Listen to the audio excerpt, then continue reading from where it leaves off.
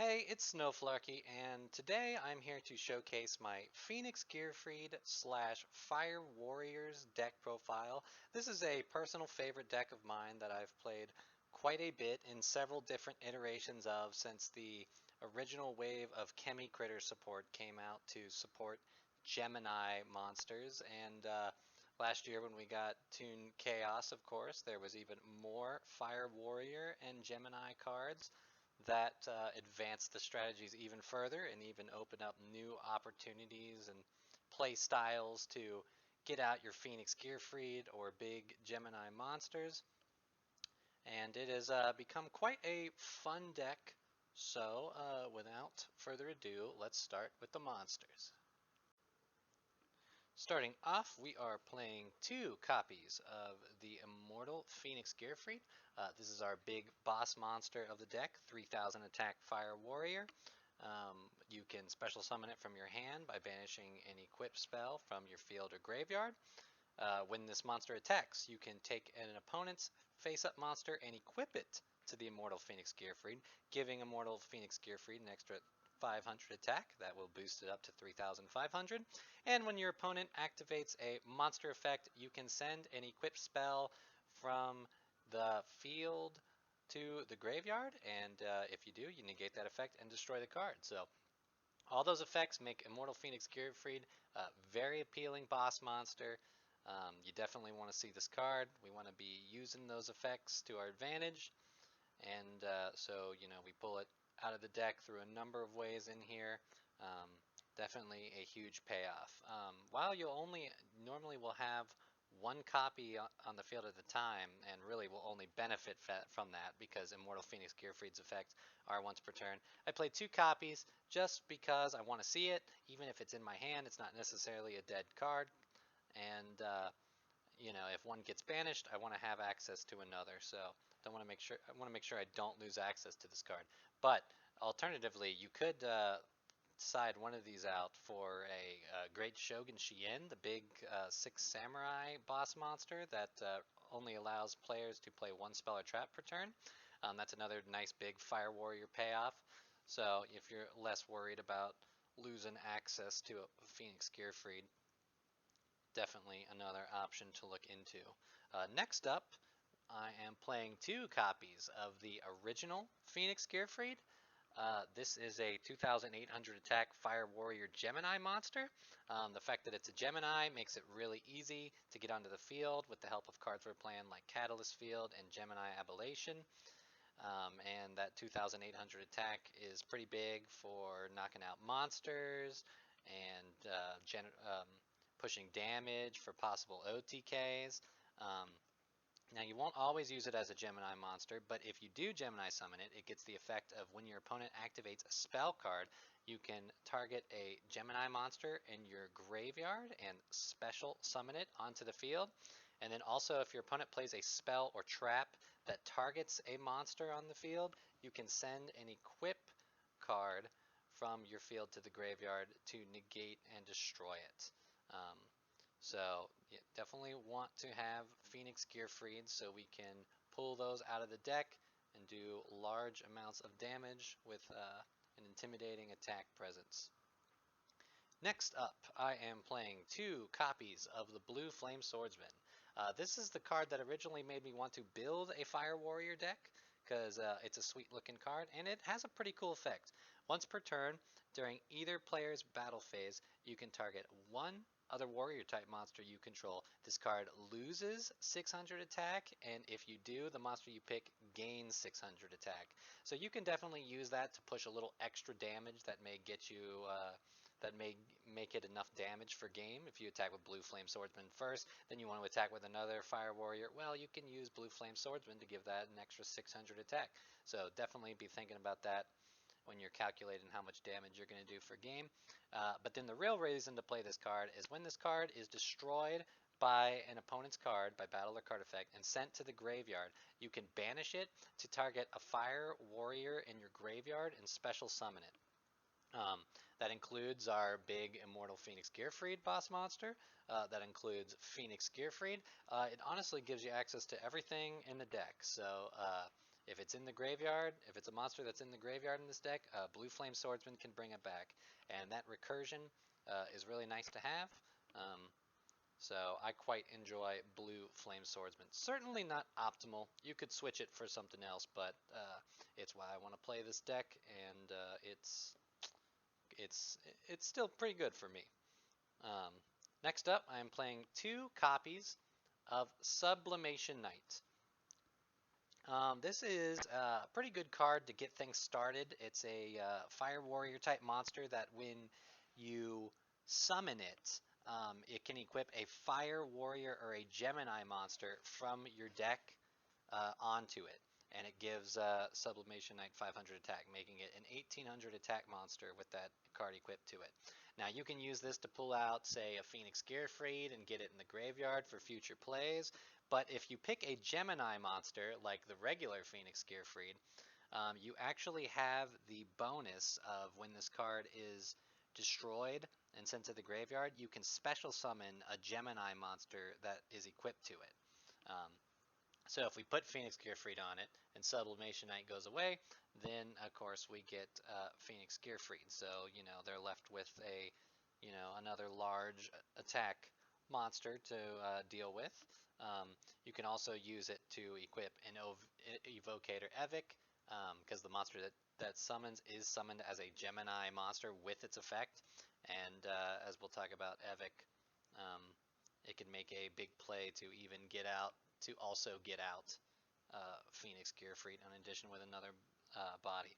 We're only playing 2 of this card because this deck can get a little cloggy with normal summons. It's very dependent on normal summon starters, and too many of them just makes it so that there'll be dead cards in your hand going first. So Sublimation Knight, I like it too, just because I want to see 1 to get things started. I could always grab it with Reinforcement of the Army, but at 3 it was just too much for me in this type of build I'm playing. And last for our monster lineup, I am playing 3 Evocator Evic. Now this card is a really nice addition to Geminis and Fire Warriors. 1500 attack Gemini monster. Essentially, if you Gemini summon it, what it does is that you can target a Fire Warrior or Gemini monster in your graveyard, except Evic, and special summon it. This card makes things pretty resilient. It keeps bringing back Fire Warriors, and it'll grab Fire Warriors that you've put in your graveyard for any reason. It pulls them out onto the field for you. So once you have your graveyard set up, this is definitely a card you want to see, and it gets things moving. Now that is it for the monster lineup. Moving on to our spell cards, I am playing 2 copies of Catalyst Field and 1 copy of Terraforming to Search Catalyst Field. So Catalyst Field is the Gemini support field spell. It allows you to summon a level 5 or higher Gemini monster you control once per turn without tributing for it. So that means with Catalyst Field, a Phoenix Gearfried in your hand is now a Phoenix Gearfried you can freely normal summon. It also gives you 1 extra normal summon per turn for a Gemini monster. So if you're doing a Gemini summon, or if you just say have a Blue Flame Swordsman and have a Phoenix Gearfried in the hand, you can play both of those at once. So extra normal summon for a Gemini monster, definitely a plus. And then, of course, once per turn, you can target 1 card your opponent controls to banish 1 Gemini monster you control that's being treated as an effect monster, and that has gained its effects until the end of your opponent's end phase. And if you do, you destroy the card that you target. So that last effect has a really powerful combo with Evocator Evic. You can summon Evic, Gemini summon it, which allows you to get another Fire Warrior out of your graveyard, and then you can use Evic for the target for Catalyst Field. It will banish Evic until your next turn. Then Evic will come back. Now it will not be treated as an effect monster when it comes back, so you have the ability to Gemini summon it again and pull something else out of your graveyard. So you can continuously do that, and definitely a play that comes in handy a lot for me, and probably the main reason I still play Catalyst Field, because some builds of, Gearfried, pure Fire Warriors I've seen just cut this in general, but I like that interaction enough that I find it worth playing. Next up is a lot of stuff to get the deck moving. Reinforcement of the army. This allows me to search for whichever level 4 or lower warrior I want. Usually Sublimation Knight, but it can get me Evic if we're later in the game and I need an Evic. It can get me Blue Flame Swordsman if I want that attack swap ability. If you're playing warriors, Rhoda is your best friend. Next up, I am playing 3 copies of Pot of Extravagance. I have not built this deck in a way to be a very combo-heavy deck. It's a little more back row and stun heavy. Um, so my extra deck doesn't come in too much use, so I turn that extra deck into card advantage. By banishing 3 to 6 random cards from my extra deck face down, I can draw 1 card for every 3 that I did so. So getting more cards allows me to do more, and I'm a big fan of this card. It gets played in a lot of my decks if you've seen other videos on the channel too, so definitely like Pot of Extravagance. Next up, I am playing a singular copy of Card of Demise. I found a lot of times it's possible to get the monsters out of my hand thanks to Catalyst Field giving me 2 normal summons that I can play Demise on my opening turn without being punished too hard and get lots of trap cards that are going to give my opponents lots of trouble. And sometimes I also just find Card of Demise in this deck to be a nice top deck refill because you can run out of hand quite quickly playing through all your cards. So definitely been a fan of it. It's been paying off, so I do play the 1 card of Demise. And last for the spells, I am playing 3 copies of Pot of Duality. Like I said, I don't need to special summon every turn in this deck, especially with Catalyst Field giving me multiple normal summons. And sometimes there are key cards I need to find, like Sublimation Knight or Gemini Ablation, to get things moving. So I like to play this to add a little consistency to that. And that is it for the spell cards. Next up, we have our trap cards. Starting off, we have 3 Gemini Ablation, which is the heart and soul of the deck. Essentially, during the main phase, you can discard a card from your hand to activate one of the effects on this card. You can either special summon a Gemini monster from your deck as an effect monster that has gained its effects, which means you can just pull out either Phoenix Gearfried or Evocator Evic right from the deck onto the field as an effect monster. Gets them out of the deck and gets you monsters on board, something we like to see. Or you can tribute a Gemini monster and special summon a Fire Warrior monster from your deck. Then, if the Gemini monster you tributed was treated as an effect monster that had gained its effects, you can destroy 1 card on the field. So that last effect makes it so that you don't really lose card advantage on tributing the monster because you're going to destroy a card, and that can pull out, namely we use that to pull an Immortal Gearfried out of the deck if we already have an Evic or a Phoenix Gearfried online. Also, one of the reasons that we can play 2 Immortal Phoenix Gearfried is discarding this card. One stuck in your hand for Gemini Ablation, you need things to be discard fodder, so we don't mind having an extra copy. So this card definitely gets this deck moving. It gets monsters out of your deck. It gets them on the field, giving you field presence. It pulls your big boss monsters like Immortal Phoenix Gearfried and Phoenix Gearfried out of the deck. Definitely the card we are looking for when we play Duality. Definitely a card that we want to see in our opening as much as possible. Just remember that you can only use its effect during the main phase, and of course that means you and your opponent's main phase.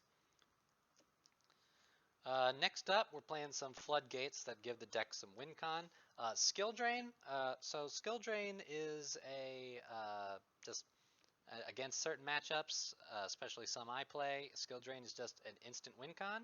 And I mean, you're pulling out monsters that, you know, while they have solid effects, their effects usually aren't as good as what other big combo decks are building into. So you might as well turn them off and just make use of the fact that we have 2,800 attack or 3,000 attack monsters that we can easily get a hold of. Um, and you know, so that just plays as a blowout. Now this card has interesting interactions with Gemini monsters because it negates their effects, and when Gemini monsters aren't Gemini summoned, they count as normal monsters, but that is not true under Skill Drain because there is a card I play in here to take use of that normal monster synergy. But you know, Skill Drain, it's a one of, it wins you games, and that's why I play it. And then next up, another Floodgate. You could definitely cut some stuff that you'll see later here for more of this card if you like it. Goes and Match. Everything in here is a fire monster that's in my main deck. Um, and the extra deck, I don't go into it much if ever, with the exception of something you'll see here in a second. So Goes and Match does a good job at being another way this deck has a win con, because if you're playing against a deck that doesn't have all the same attribute, you know, it's very hard to play under Goes and Match. Alternatively, you can play Rivalry of the Warlords if you want to make use of the fact that everything in this deck is a warrior type monster. So definitely your choice, and you can definitely choose to play more copies of this if it wins your matchup. Remember, when it comes to playing trap card decks, I always recommend that you play just whatever is going to be the most effective against the kind of players and decks you're up against. So this back row lineup is kind of tailored for my dueling group. Next up, I'm playing 2 copies of Fists of the Unrivaled Tenyi. This is essentially an Omni-Negate for spell, trap, or monster effects, and all you have to do is control a non-effect monster. The Gemini monsters, both Evic and Phoenix Gearfried, when they're not Gemini summoned, they are normal monsters. So if you end your turn on one of these without Gemini summoning it, which you will consider doing if you have this card, you know, it gives you a free Solemn type negate at, you know, at the without costing the light points. So we're also playing Solemn in here, but this, you know, just gives more options. It's kind of fun, and it has a bonus effect of if your opponent destroys the set card, you can special summon a non-effect monster from your extra deck, which we do play some just for that. So definitely a cute interaction I like taking advantage of. Um, Remember, they are not live under Skill Drain, though, but usually Skill Drain is enough of its own win con that it's not that much of a loss. Next, I am playing 2 copies of Solemn Judgment. I would play 3 of this if I had 3 copies, but unfortunately I only have 2 copies after digging through my stuff. You know, paying half your life points to negate a summon, a spell, a trap.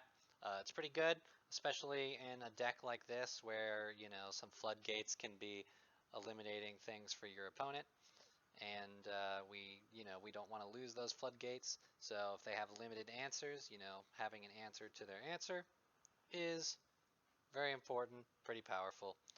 Next up, since I am playing a back row heavy deck and I play against a dueling group that likes to pop spell and trap cards quite a bit while they're face down, I played 2 copies of Waking the Dragon. It's just a card that if the set card in its owner's control has left the field because of an opponent's card and is now in your graveyard or banished, I can special summon a monster from my deck or extra deck. And normally with this, we have the extra deck is filled with monsters that take advantage of this and can make this an alternative win con. So may not be as useful if folks you're dueling against don't pop back row blindly, but my opponents do quite a bit. So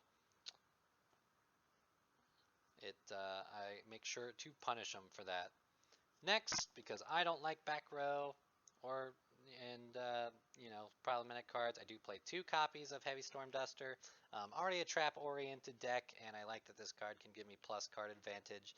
So, this could be any form of spell and trap removal. It just is nice for me to have that to get rid of crucial spell and trap cards that could be forcing me out of the game, which does happen if I don't have it. So, better safe than sorry. And next, high risk, high reward, but I'm playing 3 copies of Storming Mirror Force. This card can, save me from an OTK, and it can put my opponent's monsters back in their hand, which can leave their field open for me to attack them directly. It is a battle trap, so it can get popped and is quite vulnerable, but I quite enjoy the interaction of the guessing game of, do you walk into Storming Mirror Force, or do you try to pop one beforehand and maybe hit Waking the Dragon? If you have a negate, that'll do it, but lower power level decks like this in my dueling group, I need to supplement them with high risk, high reward. So Storming's still doing work for me on my duel nights, so it'll be in here as long as it is. And last up, I'm playing 2 copies of Lost Wind. I really want to negate problematic effects of special summoned monsters. The having the attack stat is also very useful too, and of course I like that Lost Wind can recur itself. So those are definitely reasons why I like to see 2 Lost Winds. I am pretty happy with this card in most situations that I play it in these trap card oriented decks. So that is it for the trap lineup. As I said, the trap lineup is always to be determined by what you're going up against in your local dueling scene. This is a playground fun duel night deck for me, so stuff like that tends to do pretty well for it. And that is all of the main deck. Alright, now we'll go over the extra deck, which is pretty standard to my normal Waking the Dragon deck, extra deck, that you may have seen on previous videos if you have watched other profiles on the channel. But with some changes, some differences to it, so we will go over that. I am playing 1 copy of Last Warrior from Another Planet. This is a card that you can summon off, and if they hit Waking the Dragon while they don't have a field, you can summon Last Warrior, and then neither player can summon monsters. If they don't have an out to that, this card can win you the game. So we play it, but not the most crucial in this, so I only play 1, and I'm usually not upset if it gets banished off of Extravagance. Next up, for those matchups that are very spell and trap dependent, I play 2 Naturia Exterio. This one can negate spells or traps pretty much endlessly, as long as you already have a card in your graveyard to start things off. So in certain matchups, this card just blows them out, so I have it in here to summon on those matchups. And then next, the more standard Waking the Dragon targets for me. I'm playing 3 copies of Yugioh Mathmech Final Sigma. This is a card that is a 3000 attack monster if it's in the extra monster zone. It's unaffected by other card effects other than Mathmech cards. So a 3000 attack monster that's unaffected by card effects can be pretty hard for a lot of decks to deal with. And of course, if it does battle damage by battling a monster, that damage is doubled. So very nice. And this one is a nice one to have because if you're playing Gozen Match, it's fire. So you can summon it even under Gozen Match if you have another monster on the field. So definitely the reason I'm all in on triple copies of Final Sigma, and of course I'm playing triple copies of it because I'm playing Extravagance, so I don't want to lose all of them to Extravagance. Next up, I'd play 2 more if I had it, but I only have 1 copy of Raid Raptor Ultimate Falcon, so I'm playing that 1 copy of Raid Raptor Ultimate Falcon. 3,500 attack monster that is unaffected by card effects. Can be its own win con. A lot of decks sometimes aren't prepared to out something like this, so if they hit your Waking the Dragon, you summon it, it spells game over. So definitely a card I would play 3 of if I have. Also, in general, these big unaffected monsters are pretty good. You can play the Blackwing one full armor master, which I am not playing, but a good one to have. Also, a bit cheaper than Ultimate Falcon. Not that Ultimate Falcon is too much money, but you know, if you're on an extreme budget. And then next, I'm playing 3 copies of Blue Eyes Alternative Ultimate Dragon. 4,500 attack monster, which the extra attack power is sometimes really nice. But there is a trade-off compared to the other, to the Ultimate Falcon and the Cybers. It's not unaffected by cards. It just cannot be targeted or destroyed. Sometimes that's good enough that I will summon out Blue Eyes Alternative for that extra attack stat. And it also has an effect where you can destroy a card on the field instead of attacking. That's very useful sometimes. So definitely a card I like running in my Waking the Dragon decks. And the last cards are cards to make use of Flawless Perfection of the Tenyi getting destroyed. Um, so I got 3 copies of the regular Blue Eyes Ultimate Dragon. Um, you know, this card, the Tenyi Trap card says if your opponent destroys it, you know, you get to summon a non-effect monster from your extra deck. 4,500 attack non-effect monster makes this the biggest target. Um, so it's definitely the one I'm playing max of. And to supplement it, 2 copies of Master of Oz. It's a weaker Blue Eyes. It's got 4,200 attack, but if you banish all your Blue Eyes, well, Master of Oz will usually do fine enough. You could also be playing Meteor Bee Dragon, which has 3,500 attack, but has the benefit of being a fire monster. So you could summon it even under Gozen Match, per se. But that is it for my extra deck targets, and that is it for the deck. So in summary, definitely a deck I have a lot of fun with. It's definitely a fun, casual, pick-me-up deck to play with my duel group. Um, Definitely not built as a deck to play in tournaments of any kind. Um, but I think it's fun at what it does. I enjoy this kind of deck and playstyle a lot, and I like that I get to use a favorite card like Blue Flame Swordsman, and all the other Fire Warriors are cool too. I've grown to love how sick a lot of their designs are. So definitely a big fan, and I look forward to what stuff might come out in the future for this deck. So thank you for tuning in. Hope you enjoyed the profile. Um, you know, stick around. I'll post other things on the channel. But until then, I will catch you all in the next one.